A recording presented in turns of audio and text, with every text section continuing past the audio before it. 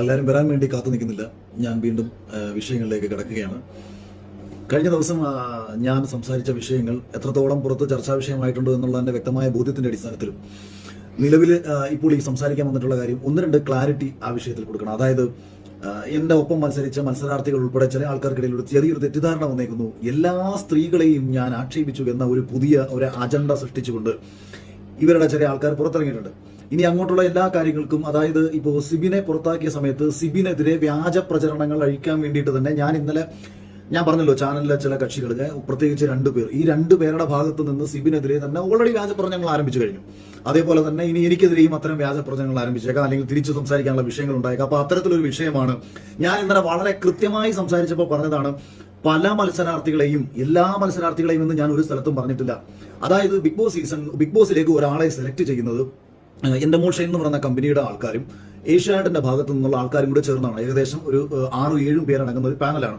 ഇതിൽ ഏറെക്കുറെ സെലക്ടായി എന്ന് കാണുന്ന ചില സ്ത്രീകളെ ഇവരുടെ ഞാൻ ഈ പേര് ഇപ്പോ ഞാൻ പറയുന്നില്ല. ആ പേര് ഇവന്മാരുടെ ഭാഗത്ത്, കാരണം ഇവർ ഈ തെറ്റ് ചെയ്തിട്ടുണ്ട് എന്നുള്ള കാര്യം ഇവർക്ക് 100% ഉറപ്പാണ്. കൃത്യമായിട്ട് ഇവർ ആരെയൊക്കെ വിളിച്ചുകൊണ്ട് പോയിട്ടുണ്ട്, എന്തൊക്കെ ചെയ്തിട്ടുണ്ട് എന്നുള്ള കാര്യങ്ങളൊക്കെ തന്നെ ഇവർക്ക് 100% ഉറപ്പാണ്. ചിലപ്പോൾ ഈ പോയിട്ടുള്ള എല്ലാ സ്ത്രീകളും ഇനി പറയണം, ധൈര്യമൊന്നും കാണിക്കണമെന്നില്ല. പക്ഷെ അവർക്ക് ഉറപ്പാണ്, അവന്മാർ കാണിച്ചിട്ടുള്ള എല്ലാ നെറുകേടുകളും അവന്മാർക്ക് ഉറപ്പായിട്ടുള്ളത്തോളം കാലം അവന്മാർക്ക് ഞാൻ ഈ പറയുന്നത് കൃത്യമായിട്ട് മനസ്സിലാവും. ഇനി രണ്ടാമത്തെ കാര്യം, അപ്പൊ ഇവരുടെ പരിപാടി എന്ന് പറഞ്ഞാൽ ഈ സെലക്ട് ആയിട്ടുണ്ട്, അതായത് സെലക്ഷൻ പാനലിൽ ആരെങ്കിലും സെലക്ട് ആയിട്ടുണ്ട് എന്ന് ഇവർക്ക് മനസ്സിലാവുന്ന സമയത്ത് ഒരു ചൂണ്ടയുമായിട്ട് ഇവർ ഇറങ്ങും. പക്ഷേ ഈ മത്സരാർത്ഥികൾ അറിയില്ലല്ലോ തങ്ങൾ സെലക്ട് ആയിട്ടുണ്ടോ ഇല്ലയോ എന്നുള്ള കാര്യമൊന്നും പല മത്സരാർത്ഥികൾക്കും അറിയത്തില്ല. പക്ഷെ അവരെ സെലക്ട് 100% അവർ ഓൾറെഡി സെലക്ട് ആയിരിക്കും. പക്ഷേ ഞങ്ങളാണ് സെലക്ട് ചെയ്യുന്നത്, ഞങ്ങൾ വിചാരിച്ചാൽ നിങ്ങൾക്ക് ഈ സീസണിലേക്ക് എത്താം എന്ന് പറഞ്ഞ് അവരെ തെറ്റിദ്ധരിപ്പിച്ച് പല ആൾക്കാരെയും ഉപയോഗിച്ചിട്ടുണ്ട്. പല ആൾക്കാരെയും അതിനകത്ത് അതേസമയം തന്നെ നോർമലി വന്നിട്ടുള്ള ധാരാളം പേരുമുണ്ട്. കാരണം ഈ സെലക്ട് ചെയ്യുന്ന ഈ രണ്ടുപേര് വിചാരിച്ചാൽ ഒരിക്കലും മത്സരത്തിൽ സെലക്ട് ചെയ്യാൻ പറ്റത്തില്ല. ഇപ്പൊ എന്നെ കഴിഞ്ഞ സീസണിൽ ഇന്റർവ്യൂ ചെയ്തതിനു ശേഷം ഇതൊരു കക്ഷി എന്നെ ഒരു കാരണവശാലും എടുക്കണ്ട എന്ന് പുള്ളി പറഞ്ഞു. അതായത് ഈ ചാനലിന്റെ തലപ്പത്തിരിക്കുന്ന ഒരാൾ എന്നെ എടുക്കണ്ടെന്ന് പറഞ്ഞു. പക്ഷേ ഞാൻ ആ സീസണിൽ ഉണ്ടാകണമെന്നുള്ള മറ്റുള്ളവരുടെ എല്ലാവരുടെയും ആഗ്രഹത്തിന്റെ അടിസ്ഥാനത്തിലും ഏഷ്യാനെറ്റിന് അയാൾക്ക് മുകളിലുള്ള ആൾക്കാരുടെ അടിസ്ഥാനത്തിലും ഒക്കെയാണ് കഴിഞ്ഞ സീസണിലേക്ക് ഞാൻ വരുന്നത്. പിന്നെ ഈ ഇദ്ദേഹം വിചാരിച്ചൊരു കാര്യം എന്ന് പറയുന്നത് എന്നെ ഒരു വില്ലനാക്കി ചിത്രീകരിക്കാം. പുള്ളിക്ക് താല്പര്യമുള്ള മറ്റൊരു മത്സരാർത്ഥി ഉണ്ടല്ലോ, ആ മത്സരാർത്ഥിക്ക് വേണ്ടിയിട്ട് വില്ലനായ അഖിൽമാരെ അകത്തേക്ക് കയറ്റിവിടുന്നു, മറ്റൊരു ഹീറോയിനോ ആയി മാറുന്നു. പക്ഷേ ഇവർ ചിന്തിച്ചില്ല നമ്മളുടെ പൊട്ടൻഷ്യലിനെ കുറിച്ച്, നമ്മളെ കുറിച്ച് അവർക്ക് അറിയത്തില്ല. ഇവർ വിചാരിച്ചു സോഷ്യൽ മീഡിയയിലും ചാനലിലും വന്ന് ചർച്ച ചെയ്യുന്ന അഖിലിന് മാക്സിമം പോയി കഴിഞ്ഞാൽ വല്ല മെയിൽ ഷോവിസോ അല്ലെങ്കിൽ മറ്റുള്ളവരെയൊക്കെ പറഞ്ഞു പുരോഗമനവാദികളുടെ തെറിയൊക്കെ കേട്ടുകൊണ്ടൊക്കെ പോകുന്ന ഒരാളാണെന്ന് വിചാരിച്ചു. ആ ധാരണയാണ് അവർക്ക് തെറ്റിയത്. എന്നാലും ചെയ്യാൻ പറ്റുന്നത് മാക്സിമം ചെയ്തു. ആദ്യ ആഴ്ച മുതൽ ചെയ്യാൻ പറ്റുന്ന മാക്സിമം. ഞാനുമായിട്ടുണ്ടായിട്ടുള്ള കാര്യങ്ങൾ ഞാൻ നാളിതുവരെയും പറഞ്ഞിട്ടില്ല, അതും എനിക്ക് വ്യക്തമായിട്ടറിയാം. അതുകൊണ്ട് എടുത്ത് ഞാൻ പറയുന്നു, ഈ ബിഗ് ബോസിൽ വന്നു പോയിട്ടുള്ള ഒരു സ്ത്രീകളെയും ആക്ഷേപിച്ചോ അധിക്ഷേപിച്ചോ സംസാരിച്ചതല്ല. അവരുടെ തന്നെ വായിൽ നിന്നും, അവരിൽ ചില ആൾക്കാരുടെ വായിൽ നിന്നും, അല്ലെങ്കിൽ അവരുടെ സുഹൃത്തുക്കളോട് പറഞ്ഞിട്ടുള്ള കാര്യങ്ങൾ എന്നോട് വിളിച്ചു പറഞ്ഞതും ചില വോയിസുകൾ എന്നെ കേൾപ്പിച്ചതുമായി ബന്ധപ്പെട്ടും സീസണിൽ സെലക്ട് ആകാതെ പോയിട്ടുള്ള ചില മത്സരാർത്ഥികളുടെ, അതായത് സീസണിൽ സെലക്ട് ആകാതെ പോയി, പക്ഷേ ഞങ്ങളുടെ ഒപ്പം വന്നാൽ ഞങ്ങൾ നിന്നെ സെലക്ട് ചെയ്യാം, അല്ലെന്നുണ്ടെങ്കിൽ ചാനൽ അവസരങ്ങൾ മേടിച്ച് തരാം, അല്ലെങ്കിൽ ചാനലിൽ പിന്നീട് അവസരങ്ങൾ കൊടുത്തുകൊണ്ടിരിക്കുന്ന പലരെയും ഒക്കെ തന്നെ ഇവർ ഉപയോഗിച്ചിട്ടുണ്ട് എന്നുള്ള കാര്യം വളരെ കൃത്യമാണ്, വ്യക്തമാണ്. അത് ഇനി ഈ പോയിട്ടുള്ളവർ തള്ളി പറഞ്ഞാലും 100% വന്നിട്ടുണ്ട് എന്നുള്ള കാര്യം ഹോട്ടലുകൾ ഉൾപ്പെടെ എനിക്കറിയാവുന്ന കാര്യങ്ങൾ, എന്നോട് പറഞ്ഞിട്ടുള്ള കാര്യമാണ്, എവിടെയൊക്കെ ഏതൊക്കെ ഹോട്ടലുകളിൽ കൊണ്ടുപോയിട്ടുണ്ടെന്നുള്ള കാര്യം. അതുകൊണ്ട് ആ വിഷയം ഞാൻ കഴിഞ്ഞ ദിവസത്തെ സിബിന്റെ വിഷയത്തോട് ചേർത്ത് പറഞ്ഞതാണ്. അതുകൊണ്ട് കേരളത്തിൽ ബിഗ് ബോസിൽ വന്നു പോയിട്ടുള്ള മറ്റുള്ള സ്ത്രീകൾക്ക് അതുകൊണ്ട് എന്തെങ്കിലും ബുദ്ധിമുട്ടുണ്ടായിട്ടുണ്ടെന്നുള്ളത് അത് നിങ്ങൾ എന്നോട് അങ്ങ് ക്ഷമിച്ച് കളാം. നിങ്ങളെല്ലാവരും വലിയ പുരോഗമന സ്ത്രീപക്ഷവാദികളാണല്ലോ, നിങ്ങൾ സംസാരിക്കേണ്ട വിഷയമാണ് ഞാൻ ഇവിടെ സംസാരിച്ചത്. സിനിമയിൽ കാസ്റ്റിംഗ് കൗച്ച് ഉണ്ടെന്ന് പറഞ്ഞാൽ എന്താണ് അതിന്റെ അർത്ഥം?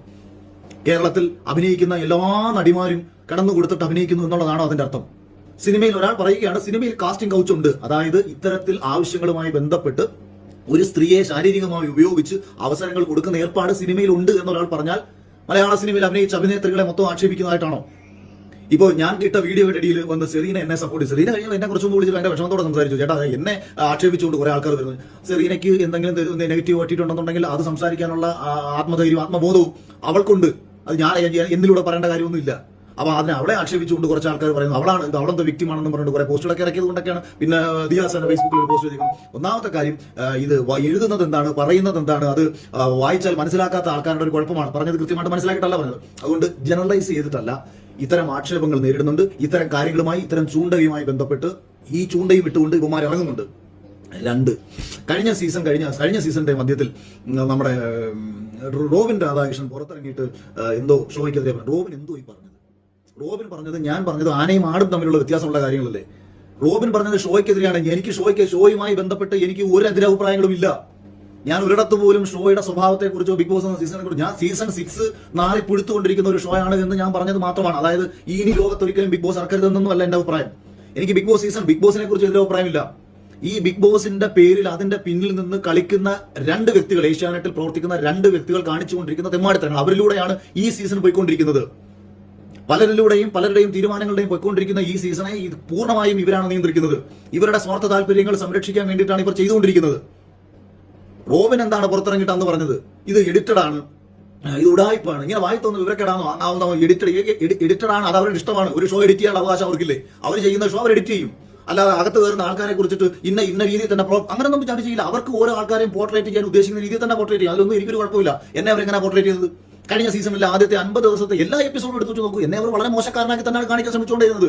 എന്നിട്ട് ഇപ്പം കുറെ വിവരം കെട്ടവന്മാർ വന്നിട്ട് മുണ്ട് പൊക്കി എന്ത് തമാശക്ക് ഒരാൾ ഇരുന്നിട്ട് കൈ ഇത്ര മാത്രം ഒരു ആംഗിളിൽ ചുമ്മാ ഒരു ആക്ഷൻ കാണിച്ചതിനെ വെച്ചിട്ട് ഏഷ്യാനെറ്റ് എഴുതിയ തലക്കെട്ട് എന്താണ്? ചെറിയ മുണ്ട് പൊക്കി കാണിച്ച അഖിൽമാരാ.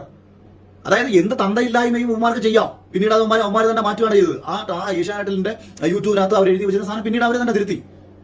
അപ്പൊ ഒരു വ്യക്തികളെ ഒരു ഷോയിലൂടെ അവർക്ക് എങ്ങനെ ഇമ്പോർട്ടേറ്റ് ചെയ്യാം, അത് കാണുന്ന ജനത്തിന് മനസ്സിലാകും അത് എന്താണ് ഏതാണെന്ന് തിരിച്ചറിയാനുള്ള ബോധം ജനതയ്ക്കുണ്ട്. ഞാൻ അതിനെക്കുറിച്ചല്ല പറഞ്ഞത്. ഈ സീസണിലേക്ക് ആൾക്കാരെ സെലക്ട് ചെയ്യുന്ന സമയത്ത് സാമ്പത്തികമായിട്ടുള്ള നേട്ടങ്ങൾക്ക് ഉപയോഗിക്കുന്നു, ശാരീരികമായിട്ടുള്ള നേട്ടങ്ങൾക്ക് ഉപയോഗിക്കുന്നു, സ്വാർത്ഥ താല്പര്യങ്ങൾ സംരക്ഷിക്കാൻ വേണ്ടിയിട്ട് മറ്റു മത്സരാർത്ഥികൾക്കെതിരെ ക്രൂരമായിട്ടുള്ള നിലപാടുകൾ സ്വീകരിക്കുന്നു. അതിൽ ഒരു കാര്യം എന്ന് പറയുന്നത്, ഇപ്പം ഈ സിബിന്റെ കാര്യങ്ങളൊക്കെ തന്നെ സിബിൻ നിങ്ങളോട് വളരെ കൃത്യമായിട്ട് പറയും. സിബിൻ എന്നോട് പറഞ്ഞിട്ടുണ്ട്, ചേട്ടാ ഞാൻ എന്തായാലും തുറന്നു പറയും. പക്ഷെ അവന് ശമ്പളം കൊടുത്തിട്ടില്ല. അവൻ 14-15 ദിവസം അവൻ അത്രയ്ക്ക് ഫിനാൻഷ്യലി സ്റ്റേബിൾ ആയിട്ടുള്ള പയ്യനൊന്നുമല്ല. ഇത് ചോദിച്ചാൽ കാര്യം എന്റെ ജീവിതത്തിൽ ഞാൻ സിബിനെ കണ്ടിട്ടില്ല. ഞാൻ സിബിനും തമ്മിൽ എന്തോ ആത്മബന്ധം ഉണ്ടെന്നാണോ നിങ്ങളുടെ വിചാരം? എന്റെ ജീവിതത്തിൽ ഞാൻ സിബിനെ കണ്ടിട്ടില്ല. എന്റെ സ്വഭാവം ബിഗ് ബോസ് കണ്ടിട്ടുള്ള നിങ്ങൾക്ക് മനസ്സിലാക്കാൻ കഴിയുമെന്നാണ് ഞാൻ വിശ്വസിക്കുന്നത്. കഴിഞ്ഞ സീസണിൽ അനിയൻ മിഥുന് പുറത്ത് വലിയ നെഗറ്റീവ് ഉണ്ടാകുന്നു. അനിയൻ മിഥുനെ എല്ലാവരും ചേർന്ന് ഒറ്റപ്പെടുത്തി സംസാരിക്കുന്നു. അപ്പം അനിയൻ മിഥുനെ സപ്പോർട്ട് ചെയ്ത് സംസാരിച്ച ആളാണ് ഞാൻ. അതെന്തുകൊണ്ടാണ്? ഒരാളെ ഒറ്റപ്പെടുത്തി കടന്നാക്രമിക്കുന്ന സമയത്ത് ശരികൾക്കൊപ്പം മാത്രമേ അയാളെ തെറ്റുകളെ നമുക്ക് എതിർക്കാം. അതേപോലെ തന്നെ സിബിനെ എനിക്കറിയില്ല, സിബിനെ കുറിച്ചിട്ട് ഒന്നും അറിയില്ല. ഞാൻ സിബിനെതിരെ, അതായത് സിബിനെ ലാലേട്ടന്റെ പറച്ചിൽ കേട്ട് വരണ്ടിറങ്ങി പോയവനാണോ സിബിൻ എന്ന് ചോദിച്ചിട്ട് ഞാൻ സിബിനെതിരെ സംസാരിച്ചിട്ടാണ് കഴിഞ്ഞ ലൈവിൽ ആണ് ഞാൻ സംസാരിക്കുന്നത്. പക്ഷേ എന്താണ് സിബിന് യഥാർത്ഥത്തിൽ സംഭവിച്ചത്? സിബിനെ അവിടെ നിന്ന് പുറത്താക്കണമെന്നുള്ള ഉദ്ദേശത്തോട് കൂടിയിട്ട് നാളിതുവരെയും ഒരു സൈക്കാട്രിക് മെഡിസിൻ പോലും കഴിക്കാത്തൊരു ചെറുപ്പക്കാരനെ ഭ്രാന്തനാക്കി ചിത്രീകരിക്കാനുള്ള ഒരു ശ്രമം. അവന് ട്രോമ ഉണ്ടായിട്ടുണ്ട്. അവനൊരു പ്രണയം ഫെയിലിയർ വന്നു കഴിഞ്ഞാൽ ഒരു മനുഷ്യൻ, അത് സ്വാഭാവികമല്ലേ? എത്രയോ ചെറുപ്പക്കാർക്ക് പ്രണയ നഷ്ടങ്ങൾ ഉണ്ടാകുന്ന സമയത്ത് നമ്മൾ നാളെ ഒരു വാർത്ത പറയുമ്പോഴത്തേക്ക് എനിക്കൊന്നും സഹിക്കാൻ പറ്റില്ല, എനിക്ക് കുറെ കാലം കിടന്ന് ഉറങ്ങാൻ പറ്റില്ല, ഇതൊക്കെ വളരെ കാഷ്വലി നമ്മളെല്ലാവരും നമുക്കൊരു വിഷമം ഉണ്ടാകുന്ന സമയത്ത് പറയുന്നത്. നമുക്ക് വേണ്ടപ്പെട്ട ആൾ മരിച്ചു പോയി കഴിഞ്ഞാൽ നമ്മൾ അത് ട്രോമയിലേക്ക് നമ്മൾ കുറച്ച് നാൾ പോകും. അതിന്റെ അർത്ഥം നമ്മൾ സൈക്കാട്രിക് മെഡിസിൻ എടുത്ത് കഴിച്ചിട്ട് ഏതെങ്കിലും ഹോസ്പിറ്റലിൽ അഡ്മിറ്റ് ആവുക, കുറെ ആൾക്കാർക്ക് മുമ്പിൽ നമ്മളെ ഭ്രാന്തരാക്കി കുറെ ആൾക്കാർ ചിത്രീകരിക്കാൻ അവസരം ഉണ്ടാക്കി കൊടുക്കുക. അപ്പൊ സിബിന്റെ കേസിൽ സംഭവിച്ചത് അവന് കുറെ വിഷമങ്ങൾ വന്നു. അവൻ വിഷമങ്ങൾ വന്ന സമയത്ത് അവൻ ഹൗസിൽ ഇരുന്നിട്ട് എനിക്ക് ഇറങ്ങി, ഇത് ഞാൻ പറഞ്ഞിട്ടില്ലേ? ഇത് ഹൗസിനകത്ത് ഞാൻ എത്ര പ്രാവശ്യം പറഞ്ഞിട്ടുണ്ട്, എനിക്ക് ഇറങ്ങിപ്പോണം. കാരണം എന്താ? എനിക്ക് മത്സരിക്കാൻ സ്ട്രോങ് ആയിട്ട് മത്സരാർത്ഥികൾ ഇല്ല എന്നുള്ള ഫീല്. ഏതെങ്കിലും മത്സരാർത്ഥികളെ കളിച്ച് തോപ്പിക്കുമ്പോൾ ഞാനതിൽ എക്സൈറ്റ്മെന്റ് കണ്ടെത്തുന്നില്ല. എനിക്ക് ശക്തരായ മത്സരാർത്ഥികളോട് മത്സരിക്കാനാണ് എന്റെ ഒരു പേഴ്സണൽ ഇഷ്ടം. അപ്പൊ ഇത് തന്നെ ഞാൻ ബിഗ് ബോസിനടുത്ത് പോയി പറയുന്നുണ്ട്. മറ്റുള്ള ആൾക്കാർക്ക് കിട്ടുന്ന നേട്ടം ഞാനായിട്ട് തള്ളിക്കളയുന്നില്ല. ബിഗ് ബോസ് ഞാൻ ഇറങ്ങി പോക്കോളാം, അവർക്കൊക്കെ ഒരുപാട് ആഗ്രഹങ്ങളുള്ളവരാണ്. ഞാൻ പുറത്ത് എന്റെ കാര്യങ്ങൾ ഞാൻ പോയി ചെയ്യാം. ഇതാണ് ഞാൻ കൺഫ്യൂഷൻ റൂമിൽ പോയി സംസാരിക്കും. ഞാൻ കരഞ്ഞിട്ട് ഞാൻ കൺഫ്യൂഷൻ റൂമിൽ പോയി സംസാരിക്കുന്നത് ഇതാണ്. എന്റെ കാര്യം അല്ല അവിടെ ഞാൻ പറഞ്ഞത്. മറ്റു മത്സരാർത്ഥികൾക്ക് എന്തെങ്കിലും നേട്ടം ഉണ്ടായിക്കോട്ടെ, ഞാൻ പുറത്ത് അച്ചീവ് ചെയ്തോളാം, ഇതാണ് ഞാൻ പോയി പറഞ്ഞത്. ഇതെല്ലാവർക്കും വരും. പിന്നെ ഈ സിബിൻ കാണിച്ചു എന്ന് പറഞ്ഞ സിമ്പിൾ കഴിഞ്ഞ സീസണിൽ അത് റിപ്പീറ്റ് ആയിട്ട് കാണിച്ച ഒരാൾ നിനോഷ് ആയിരുന്നു. എന്റെ മുഖത്ത് നോക്കി ശോഭ എന്ന് കാണിച്ചിട്ടുണ്ട്. ഞങ്ങൾ ആരും ഇതൊന്നും ഇത്ര വലിയ കാര്യമായിട്ട് കൊണ്ടു നടക്കുകയോ അതിനെതിരെ ബിഗ് ബോസിന്റെ ഭാഗത്ത് നടപടി ഉണ്ടാവുകയോ ഒന്നും ചെയ്തിട്ടില്ല. അപ്പൊ അതെന്തോ ഭയങ്കര, അതായത് ബിഗ് ബോസിൽ ഒരു കാലത്തും ചെയ്തെടുക്കാൻ പറ്റാത്ത ഒരു ആംഗ്യം കാണിച്ചു. അത് ലാലേട്ടൻ ചോദിക്കും, എന്ത് മണ്ണാങ്കട്ടൊക്കെയാണ് ചോദിക്കുന്നത്? അതെന്തിനു ചോദിക്കേണ്ട കാര്യം? ബിഗ് ബോസിനകത്ത് വരുന്ന ഒരാൾ അതാണ് പറച്ചിൽ കേട്ടാ വിചാരിക്കും ബിഗ് ബോസ് സീസൺ 6 അത്രയേറെ കുടുംബ പ്രേക്ഷകർക്കിടയിലും കാണിച്ചുകൊണ്ടിരിക്കുന്ന മാന്യതയും മര്യാദയും കണ്ടിട്ട് ജനതയ്ക്ക് ഈ ഒരു കൊച്ചു തെറ്റ് കണ്ടപ്പോഴത്തേക്ക് ജനതയ്ക്ക് സഹിക്കാൻ പറ്റില്ല. സിബിനെ എന്ത് തെമ്മാടിത്തരമാണ് കാണിച്ചത് എന്ന് തോന്നിയത് കൊണ്ടാണോ ലാലേട്ടനെ കൊണ്ട് ചോദിപ്പിക്കുന്നത്, അല്ലെങ്കിൽ ബിഗ് ബോസ് ആ സമയത്ത് ഇടപെടുന്നത്? അങ്ങനെയാണെങ്കിൽ കഴിഞ്ഞ സീസണിൽ കാണിച്ചിട്ടുണ്ടല്ലോ, ആ സമയത്ത് ആരും ഇടപെട്ടിട്ടില്ലല്ലോ. പിന്നെ അതാണ് ഞാൻ പറയുന്നത്. സീസണിൽ അവർക്ക് വേണ്ടപ്പെട്ട ആൾക്കാരെ ഫേവർ ചെയ്ത് അവർക്ക് ചില കാര്യങ്ങൾ കൊണ്ടുപോകാൻ പറ്റും. അത്തരം കാര്യങ്ങൾ അവർക്ക് ചെയ്യാം. അപ്പൊ ഈ 2 കാര്യങ്ങൾ ഞാൻ കുറച്ചുകൂടി ഡീറ്റെയിൽ ആയിട്ട് പറയാൻ. കാര്യം ഇന്നലെ എനിക്കിത് കേട്ടപ്പോൾ ഒരു ചെറുപ്പക്കാരനെ ഭ്രാന്തനാക്കി ചിത്രീകരിച്ചുകൊണ്ട് സ്വന്തം താല്പര്യങ്ങൾ സംരക്ഷിക്കാൻ വേണ്ടി ഒരു ഷോയിൽ നിന്ന് പുറത്താക്കി അവന്റെ വീട്ടിൽ വിളിച്ചിട്ട് പോലും ഇവന് ഭ്രാന്താന്ന് പറഞ്ഞു. ഒരു മനുഷ്യൻ സൈക്കാട്രിക് മെഡിസിൻ കഴിച്ചാൽ തന്നെ ഭ്രാന്താവും. ഞാൻ ആ ഡിവിഷനിൽ വർക്ക് ചെയ്ത 1 വർഷം അവിടെ വർക്ക് ചെയ്ത ഒരു മെഡിക്കൽ റെപ്രസെന്റേറ്റീവ് ആണ് ഞാൻ. അതുകൊണ്ട് തന്നെ നമ്മൾക്ക് ഇതൊന്നും ഇല്ലെങ്കിലും ഒരു സൈക്കാട്രിക് മെഡിസിൻ ഒരു പ്രശ്നങ്ങളും തനിക്ക് അല്ലെങ്കിൽ ശാരീരികമായിട്ടും മാനസികമായിട്ടും ഇല്ലാത്തൊരു മനുഷ്യൻ ഇത്തരം ഡ്രഗ് കഴിച്ചാൽ സ്വാഭാവികമായിട്ട് പ്രശ്നങ്ങൾ ഉണ്ടാവും. അപ്പൊ അവന് ഡ്രഗ് കൊടുക്കാൻ പറയുന്നത് ഡോക്ടറെ കാണുന്നതിന് മുൻപ് ഡ്രഗ് കഴിക്കണമെന്നാണ് പറയുന്നത്. അതായത് എന്നിട്ട് വീട്ടിൽ വിളിച്ചിട്ടാ പറഞ്ഞത് അവന്റെ. അതിനിടയ്ക്ക് ചെറുപ്പക്കാരന്റെ അച്ഛന് അറ്റാക്ക് വന്നു, പുള്ളിക്ക് ഇപ്പം ബൈപ്പാസ് സർജറി ആയിട്ടിരിക്കുകയാണ്. അപ്പൊ ഇങ്ങനെ ഇരിക്കുന്ന ഈ സാഹചര്യത്തിൽ അവന്റെ വീട്ടുകാരെ കൊണ്ട് വിളിപ്പിക്കുകയൊന്നും ചെയ്തിട്ടില്ല. ഇപ്പൊ തുടക്കത്തിൽ ജാസ്മിൻ എന്തോ വിഷമം വന്നെന്നോ അച്ഛൻ എന്തോ പ്രശ്നം വന്നിട്ടും തുടക്ക സമയത്ത് തന്നെ മത്സരത്തിലോട്ട് കയറി ആദ്യത്തെ 2 ആഴ്ചക്കുള്ളിൽ തന്നെ അങ്ങനെ കണക്ട് ചെയ്യാനുള്ള അവസരം ഉണ്ടാക്കി കൊടുക്കുന്ന അതേ ഷോയുടെ ആൾക്കാർ സിബിന്റെ അച്ഛൻ അറ്റാക്ക് വന്നിട്ടും അവനെ അറിയിക്കുന്നില്ല. ഇതെന്തുകൊണ്ടാണെന്ന് ചോദിച്ചാൽ പണവും പെണ്ണും ഇത് രണ്ടും ഫോക്കസ് ചെയ്ത് അതിന്റെ പിന്നിൽ പ്രവർത്തിക്കുന്ന ആൾക്കാർ. അപ്പൊ ഇവരുടെ ഇത്തരം കാര്യങ്ങൾക്കെതിരെ സംസാരിക്കുന്നത് കൊണ്ട് എനിക്ക് എന്ത് നഷ്ടം വന്നാലും അത് സഹിച്ചോളാം എന്ന് കരുതിയിട്ട് തന്നെയാണ് ഞാൻ ഇന്നലത്തെ ദിവസം ഞാൻ ആ ലൈവ് ചെയ്യുന്നത്.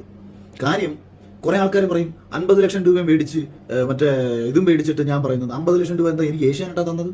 100 ദിവസം ഞാൻ അവിടെ കിടന്ന് ഉണ്ടാക്കി കൊടുത്തിട്ടുള്ള കണ്ടന്റുകൾ എനിക്ക് തന്നേക്കുന്ന ശമ്പളം എന്ന് പറയുന്നത് എന്റെ കണ്ടന്റുകൾ ഒരു 6 7 കണ്ടന്റുകൾ യൂട്യൂബിൽ ഓടിയാൽ കിട്ടുന്ന ശമ്പളം മാത്രമേ നമുക്ക് തന്നിട്ടുള്ളൂ.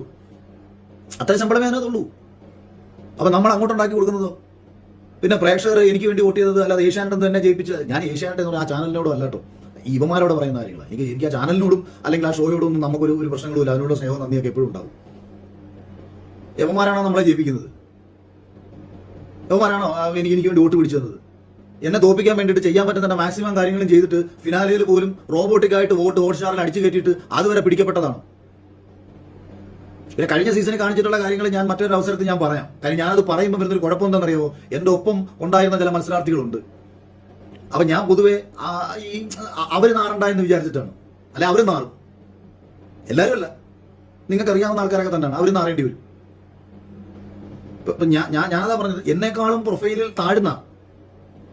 ഒരുപാട് പ്രൊഫൈലിൽ താഴ്ന്ന ഒരു മത്സരാർത്ഥിക്ക് എന്റെ 3 ഇരട്ടി ശമ്പളം കൊടുത്തുകൊണ്ട് അതിനകത്ത് കയറണമെങ്കിൽ എന്തായിരിക്കും ഉദ്ദേശം? ചുമ്മാ ചിന്തിക്ക്. ആ മത്സരാർത്ഥിയുടെ അക്കൗണ്ട് ഡീറ്റെയിൽസ് കഴിഞ്ഞ ഒരു വർഷത്തിനിടെ ആ മത്സരാർത്ഥിയുടെ അക്കൗണ്ട് ഡീറ്റെയിൽസ് എടുത്തിട്ട് ആരുടെയൊക്കെ അക്കൗണ്ടിലേക്ക് പൈസ അയച്ചു കൊടുക്കുന്നത് ചെക്ക് ചെയ്യും. യുവമാർ അക്കൗണ്ടിലേക്ക് പൈസ വന്നു ചെക്ക് ചെയ്യും. എന്റെ അറിവിൽ ആ മത്സരാർത്ഥിക്ക് ഫിനാൻഷ്യലി ഒരു സ്റ്റെബിലിറ്റി ഇപ്പോഴും ഇല്ല. പിന്നെ ഇത് ഞാൻ ഈ പേര് പറഞ്ഞ് കാര്യകാരണങ്ങൾ നിരത്തി കഴിഞ്ഞ സീസണുകളിൽ അവിടെ വന്നിരുന്ന്, അതായത് മുംബൈയിൽ വന്നിരുന്ന് അന്ന് ചെയ്തിട്ടുള്ള പല കാര്യങ്ങളും ഞാൻ നാളെ ഇതുവരെ പറഞ്ഞിട്ടില്ല. എനിക്കത് പറഞ്ഞതുകൊണ്ട് പ്രത്യേകിച്ച് കാര്യം ഞാൻ ജയിച്ചു, ഞാൻ വിന്നറായി, കാര്യങ്ങൾ കഴിഞ്ഞു. ഈ സീസൺ തുടങ്ങിയ സമയത്ത് ആദ്യത്തെ 2 ആഴ്ച ആയപ്പോൾ തൊട്ട് ഏറ്റവും ഉണ്ടായ മാനസിക വിഷമം എന്ന് പറയുന്നത് ഈ ഷോയെ, ബിഗ് ബോസ് എന്ന് പറയുന്ന ഷോയെ കുറെ ക്വാളിറ്റിയോടുകൂടി കണ്ടൊരു ജനത, കുറെ ആസ്വദിച്ച് കണ്ടിരുന്നൊരു ജനത അവരെ മൊത്തവും വെറുപ്പിച്ച് നാറി ഏറ്റവും മോശം രീതിയിൽ സമൂഹത്തിലും കുടുംബത്തിലും കുട്ടികൾക്കിടയിലും ഇത്രയും മോശമാക്കി ഇങ്ങനെ പോയിക്കൊണ്ടിരുന്നിട്ട് 50ാമത്തെ ദിവസം ലാലേട്ടനെ കൂടെ വിളിച്ചു നിർത്തിയിട്ട് ഇതെന്തൊക്കെയോ മഹത്തരമാണെന്ന് പറഞ്ഞങ്ങ് കാണിക്കുകയാണ് ഇവർ. അതെല്ലാം കണ്ടപ്പോഴാണ് ഇതിനെതിരെ ഇനിയും പറയാതിരുന്നിട്ട് കാര്യമില്ല. ഇവന്മാരുടെ തെമ്മാടിത്തരങ്ങൾക്കെതിരെ ഇനിയും പറയാതിരുന്നിട്ട് യാതൊരു കാര്യമില്ല. പ്രേക്ഷകരെ അത്രയേറെ കോമാളികളും വിഡ്ഢികളുമാക്കി ഇവന്മാർ മാറ്റാൻ ശ്രമിക്കുകയാണ്. ഇതിനു മുൻപ് ഒരാൾ സൂരജ് പാലക്കാരൻ എന്ന് പറയുന്ന ഒരു വ്യക്തി യൂട്യൂബിൽ ഫേസ്ബുക്കിൽ ഒരു വീഡിയോ ചെയ്തു. മത്സരാർത്ഥികളെ ഉൾപ്പെടെ കടുത്ത രീതിയിൽ ആക്ഷേപിച്ചുകൊണ്ട്, അതിശക്തമായി ആക്ഷേപിച്ചുകൊണ്ട്, എല്ലാവരും പട്ടികളാണെന്നും കന്നിമാസത്തിൽ പട്ടികൾ കാണിക്കുന്ന കാമപേക്കൂത്താണെന്നും പറഞ്ഞിട്ട് പുള്ളി ആക്ഷേപിച്ചു. ഞാൻ ഒരു വീഡിയോ ചെയ്യുന്നത് ഞാൻ കണ്ടു. ഇത് സത്യത്തിൽ ഈ സീസണിലെ മത്സരാർത്ഥികളെ കുറിച്ചാണ് പറഞ്ഞതെങ്കിലും അയാളുടെ ഭാഷയിൽ അത് എല്ലാ മത്സരാർത്ഥികൾക്കും ഒരേപോലെ അനുഭവപ്പെടുന്ന രീതിയിലായിരുന്നു അയാൾ പറഞ്ഞത്. അയാൾ ബിഗ് ബോസിൽ കയറാൻ വേണ്ടി ശ്രമിച്ച ആളാണ്, ബിഗ് ബോസിൽ കയറാൻ വേണ്ടി ഇന്റർവ്യൂവിന് പോയ ആളാണ്, കിട്ടാത്ത ആളാണ് അയാൾ.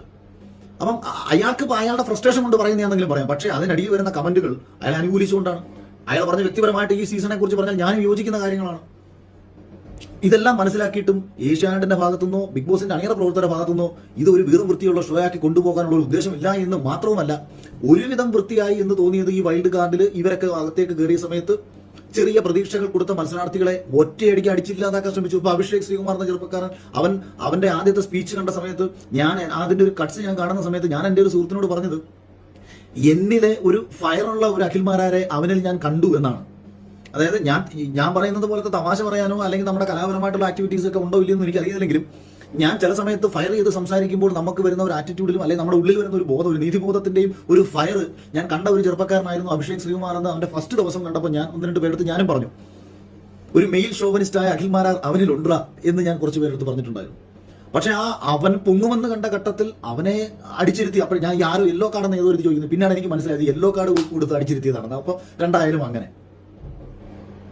അപ്പൊ ഇത്തരത്തിൽ ഓരോ മത്സരാർത്ഥികളെയും ഒതുക്കി ഒരു ഷോയെ കംപ്ലീറ്റ്ലി 1-2 പേരിലേക്ക് ഫോക്കസ് ചെയ്ത് ഇവർ കൊണ്ടുപോവാണ്.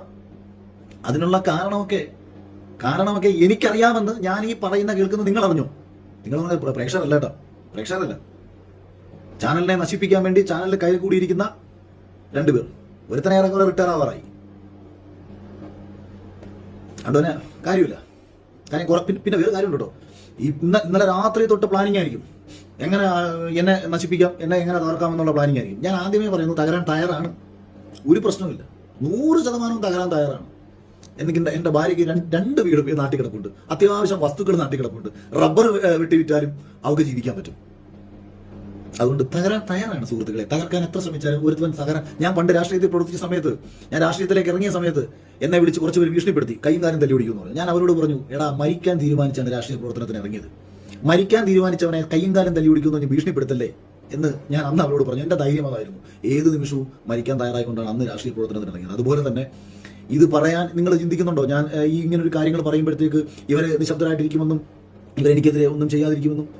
അപ്പോൾ അതുകൊണ്ടാണ് ആദ്യമേ പറയുന്നത്, സ്വയം തകരാൻ തയ്യാറായിക്കൊണ്ട് തന്നെയാണ് നിങ്ങളെ കണക്കുള്ള പരമനാറികളുടെ ചെമ്മാടിത്തരത്തിനും ചെറ്റത്തരത്തിനും ഇന്നലകളിൽ ഈ ബിഗ് ബോസ് പോലത്തെ ഷോയിലേക്ക് വരാൻ ആഗ്രഹിച്ചിട്ടുള്ള പല ആൾക്കാരും നേരിടേണ്ടി വന്ന എന്തുകൊണ്ടാണ് അർഹതയുള്ള മത്സരാർത്ഥികൾ ഇതിനകത്ത് എത്താതെ പോയത് എന്ന് പറയേണ്ടി വരുന്നത് ഇതുകൊണ്ടാണ്. പിന്നെ ആകെ ഒരു സന്തോഷം എന്ന് പറയുന്നത്, പ്രേക്ഷകരാണ്, നിങ്ങളുടെ വോട്ടാണ് എനിക്ക് കിട്ടിയ നേട്ടം. അത് ഇവരാരും ഉണ്ടാക്കി തന്നതൊന്നുമല്ല, ഇവർ ഉണ്ടാക്കാൻ ശ്രമിച്ചതുമല്ല. ഇവർ ഏതെല്ലാം രീതിയിൽ എന്നെ തോൽപ്പിക്കാൻ ശ്രമിക്കാമോ ആ രീതിയിലെല്ലാം തോൽപ്പിക്കാൻ ശ്രമിച്ചിട്ടുള്ളവരാണ്. അതുകൊണ്ട് അത് വിഷയമുള്ള കാര്യമല്ല. നിങ്ങളുടെ സപ്പോർട്ടും നിങ്ങളുടെ സ്നേഹവും പ്രാർത്ഥനയും ഒക്കെ മതി. പിന്നെ ഇതൊന്ന് ക്ലാരിറ്റി ആണ്. അപ്പോൾ രണ്ട് കാര്യങ്ങൾക്കും ക്ലാരിറ്റി വന്നെന്ന് വിചാരിക്കുന്നു. ഫസ്റ്റ് കാര്യം എന്ന് പറയുന്നത്, എല്ലാ സ്ത്രീകളെയും ഉദ്ദേശിച്ച് പറഞ്ഞ കാര്യങ്ങളല്ല. രണ്ട്, മറ്റേ റോബിൻ രാധാകൃഷ്ണൻ പറഞ്ഞ കാര്യങ്ങളും ഞാൻ പറഞ്ഞ കാര്യങ്ങളും ആടും ആനയും തമ്മിലുള്ള വ്യത്യാസമുണ്ട് എന്ന്. പിന്നെ ഞാൻ ഈ റോബിൻ്റെ ഫാൻസിനോട് ആരെങ്കിലും ഉണ്ടെങ്കിൽ ഈ കമന്റ് സെക്ഷനിൽ ഒന്ന്, ഇനി റോബിനാണ് ഇത് ചെയ്യുന്നതെന്നുണ്ടെങ്കിൽ, ദുബായിൽ വെച്ചിട്ട് റോബിൻ എന്നോട് എന്താണ് പേഴ്സണലി ഒന്ന് സംസാരിച്ചതെന്നും റോബിൻ്റെ അവസ്ഥ എന്താണെന്നും റോബിൻ്റെ ഫിനാൻഷ്യൽ സ്റ്റെബിലിറ്റി എന്താണെന്നും വളരെ വ്യക്തമായിട്ട് അറിയാവുന്ന ഒരാളാണ് ഞാനെന്ന് അറ്റ്ലീസ്റ്റ് റോബിനെങ്കിലും അറിഞ്ഞിരിക്കുക. അതുകൊണ്ട് ഈ ഊള ഫാൻസുകളോട് പറയണം, ഈ അനാവശ്യ കമന്റുകളുമായിട്ട് എനിക്ക് പേഴ്സണലി മെസ്സേജ് അയക്കാനോ താരതമ്യം ചെയ്ത് സംസാരിക്കാനോ നിൽക്കരുത്. നിപന്മാരോടൊക്കെ പറയണം, കൃത്യമായിട്ട് പറഞ്ഞേക്ക്. അതല്ല മുന്നോട്ട് മറ്റേ ഇതൊന്നും റോബിൻ അറിയത്തില്ല. റോബിനെ നശിപ്പിക്കാൻ വേണ്ടിയിട്ട് കുറേ എണ്ണം ചെയ്യുന്ന കാര്യങ്ങളാണെന്നുണ്ടെങ്കിൽ എനിക്ക് റോബിനോട് സ്നേഹം മാത്രമേ എല്ലാ കാലത്തുള്ളൂ.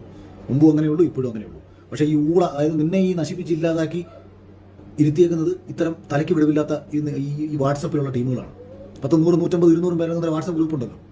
ആ വാട്സപ്പ് ഗ്രൂപ്പിനകത്ത് നീ എത്രയും പെട്ടെന്ന് ഒഴിഞ്ഞു പോക്കോ, നിനക്ക് മുന്നോട്ട് പോകാൻ കൂടുതൽ ഗുണമുണ്ടാവും. ഉമാരെ എന്ന് നീ അടിച്ചു കളയുന്നു, നിനക്ക് മുന്നോട്ട് പോകാൻ പറ്റും. നിനക്കറിയാം നിന്റെ ജീവിതം നശിപ്പിച്ച ഉമാരാണെന്നുള്ള കാര്യം. അതുകൊണ്ട് ഇമാതിരി തൊലിഞ്ഞ കമന്റും ഉണ്ട്. കമന്റ് ഇട്ടോ, കമന്റ് നിന്ന് എനിക്ക് കമന്റ് ഇടുന്നത് പറയുന്നത് എനിക്ക് പ്രശ്നമുള്ള കാര്യമല്ല. പക്ഷേ എനിക്ക് ചില കാര്യങ്ങൾ ഈ വാട്സപ്പിലും മറ്റേ ഫേസ്ബുക്കിലും പേഴ്സണലി ചിലർ അയച്ചു തരുന്ന കാണുന്നുണ്ട്. അപ്പോൾ ഞാൻ തന്നെ വിചാരിക്കും, ഈ ചെറുക്കനെ നശിപ്പിക്കാൻ വേണ്ടി ഇറങ്ങിയേക്കുന്ന ഊളകളാണെന്നല്ലേ ഇവന്മാരെന്ന്.